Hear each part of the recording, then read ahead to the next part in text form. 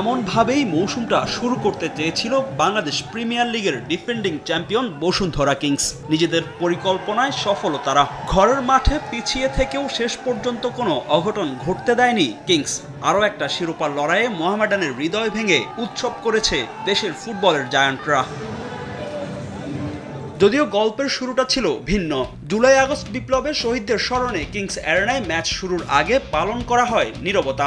এরপরেই Soleman Diabate show. ম্যাচের শুরুতেই মোহামেডানকে লিড এনে দেন মালির এই ফুটবলার। ইমানুয়েল সান্ডের পাস থেকে সাদা কালো অধিনায়কের গোল খেয়ে যেন হুঁশ ফিরে পায় বসুন্ধরা। সমতায় ফিরতে একের পর এক করে আক্রমণ। তবে মোহামেডানের রক্ষণ ভাঙতে পারেনি ফাহিম রাকিবরা। আর প্রথমার্ধে মোহামেডানের অর্জন শুধু দিয়াবাতেরই এক গোল।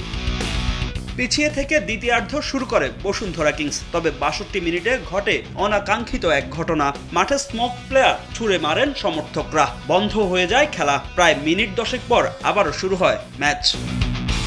এরপরে মুদ্রার উল্টো পিঠ দেখে মোহামেডান। ৭৩ মিনিটে মিগুয়েল ফেরেইরার অ্যাসিস্টে কিংসকে ম্যাচে ফেরান ডিফেন্ডার তপু বর্মন।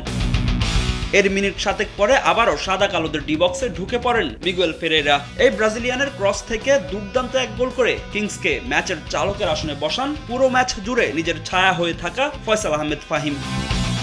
ম্যাচের বাকি গল্পটা ছিল মোহামেডানের হতাশার। যোগ করা সময়ে ব্যবধান ৩-১ করেন আগের ২ গোলের অ্যাসিস্ট করা ব্রাজিলিয়ান মিডফিল্ডার মিগুয়েল ফেরেইরা।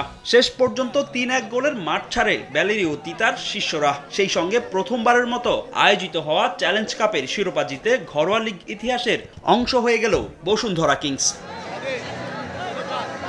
আরও একটা মৌসুম বসুন্ধরা কিংসের জন্য আরও একটা শিরোপা।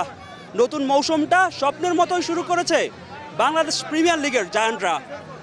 বসুন্ধরা কিংস অ্যারেনা থেকে ফাহিম ইসলাম, সময় সংবাদ, ঢাকা।